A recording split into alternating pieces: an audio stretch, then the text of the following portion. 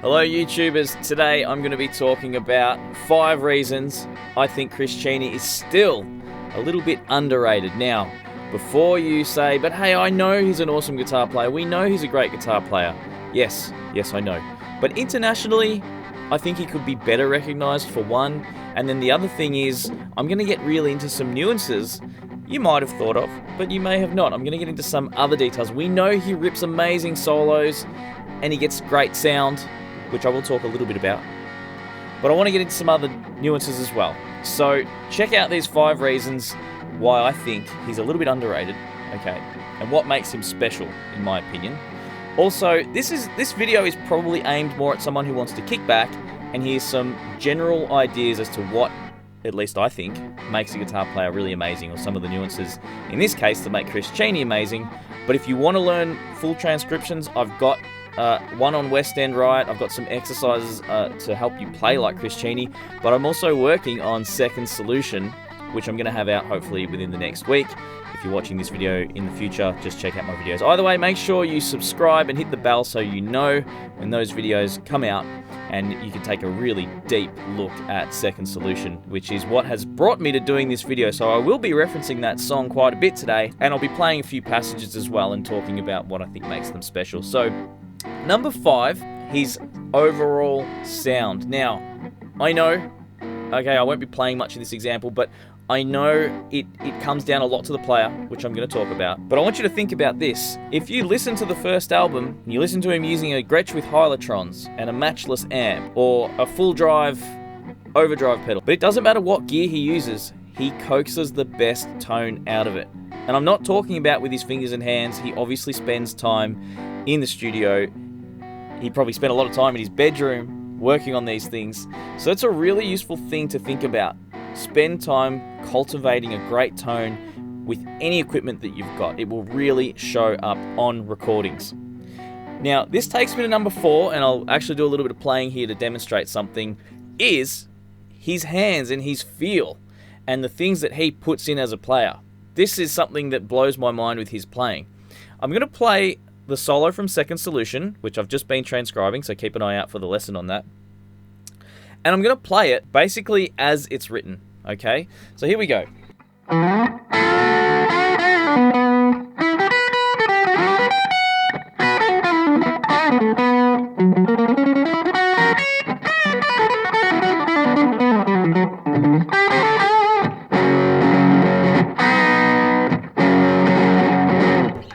Okay, now I'm going to play it the way Chris Cheney plays it and see if you can see the difference.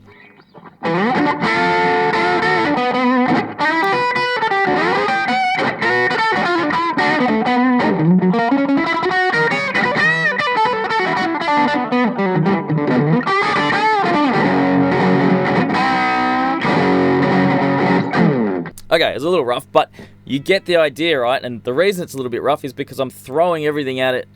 I'm getting in the zone, I'm getting excited, and that's what I always hear in his playing when he does a solo or on a lot of those recordings. Kind of blows my mind. It's just, there's so much energy, bang, into the guitar. You just can't compare the way he plays it to anyone else. I can't do what he does. It's his thing, and that's what I really like about it. I can assimilate it, but he has an energy, and I swear that energy brings out a whole different tone of the guitar too. It just squeezes that good tone out of those Gretsches and makes it even better. But he would do that on a Telecaster, and I'm sure he is now. I've seen some pictures of him with a Telecaster at the moment, which is really cool because I like Telecasters too. Who doesn't? So that's number 4. Number 3 is with his guitar solos, he really tells a story. He doesn't just shred for a couple of minutes. He really tells a story. So I'm actually going to look at a different song. I've transcribed West End Riot. That's on my YouTube. It's an old video, so it's pretty old school Adrian White, just, you know, me walking you through it and whatnot. I've refined a little bit since.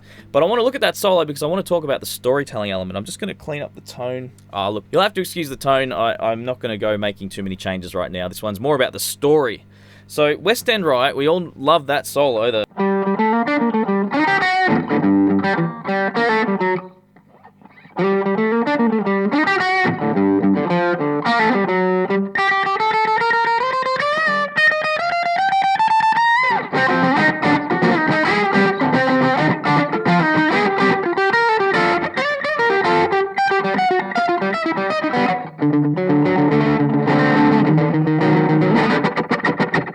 Okay, again, a little rusty, but the point is, it's a really great story. The way it builds, just, it goes somewhere, it takes somewhere, it adds to the song, and it really does something. So that's something that's really important to learn. You know, he doesn't just play solos for the sake of playing a solo. You know, there's certainly some slightly gratuitous shredding, but that's kind of what we love about it, right? But there's a point to it, in my opinion. It's going somewhere, and it's taking the song somewhere, and it's a real thrill. It certainly got me very excited about guitar when I was 12 or 13 or however old I was. So that's point number 3.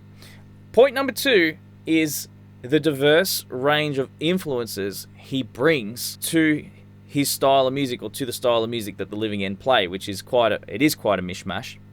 But even that West End Riot solo, going from, you know, single lines into octaves, into almost like a chordal type thing, it's very Wes Montgomery, okay? And I know that he would have listened to all of that stuff, Django Reinhardt, Wes Montgomery. I'm sure he's gone through phases where he's interested and plays that stuff. So when he does the... I'm even using my thumb now thinking of Wes Montgomery. You know, this is classic guitar stuff that a good, educated guitar player will know. You know, this guy's not just a punk rock player. He's not just a rockabilly player. There's so much more than that to his playing. So, and then another great example. What was the other great example? Oh, something like Roll On, you know, the chicken picking. I think about that Roll On album, this guy was getting into his chicken picking, and you can tell. I think even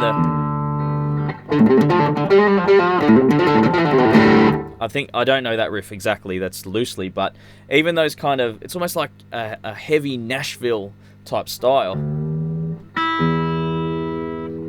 Hopefully that's back in tune. So, you know, and then of course Second Solution later on in the song, there's that really jazzy little passage there.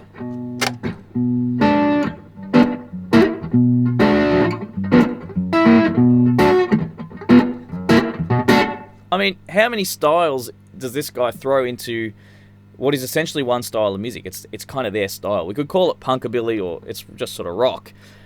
But there is so much going on, you know. And I just think that's really, really cool. So these are maybe things you might be totally aware of, but maybe it's something you haven't thought of. Now, the last one, and I think this one's a huge one. It's so important. It gets talked a lot about with really well-known guitar players, but it still gets forgotten very quickly, and that's rhythm playing. Chris Cheney, he's a really good player when it comes to rhythm. He's so great. Now, I'm not just talking about being tight and being, you know, tight with Scott and Andy. That's the double bass player and the drummer for the internationals that may be just getting into the Living End. But actually, he tells a story with his rhythm playing. Now, when I was working through Second Solution, I thought this was really cool. Really digging into the rhythms that he's using, even just in that song. I mean, there's stuff in all of his playing that's great, in all of his rhythm playing. But if you look at that particular song, and you look at the...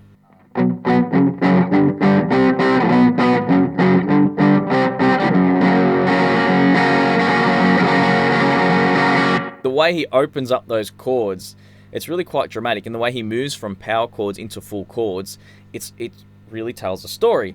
But also the rhythms that he uses. I mean, you look at that chorus and there's great rhythms going on there.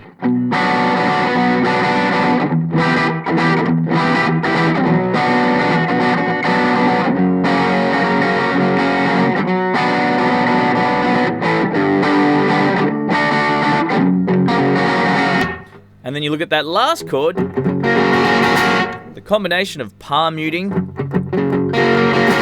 opening the chord up into, you know, more strings, and then lifting that hand as it opens out. Try teaching that to a beginner, okay? Maybe someone who's confident with bar chords, but try getting them to get that sound. It's not easy. It obviously has taken a lot of thought and a lot of effort's been put into it. It's just brilliant. It's a really important feature. So that's it, guys. They're the 5 things I think that make Chris Cheney somewhat underrated, because they're not things I hear as a general discussion. Truth is, we would feel it. People would feel it. They would know there's a reason why they're a successful band, and everybody knows he's a great guitar player. But I just wanted to dig in a little bit deeper. So I hope you enjoyed. What do you think? Do you agree? Have I missed stuff? Tell me more. Love to hear it. Put a comment, and make sure you share this with anyone who's into guitar that maybe needs to hear this stuff. because, yeah, underrated leaves room to become better known, I guess. So thanks for watching, guys. Check out the video when it comes out on the transcription of Second Solution, and I will see you guys in the next video.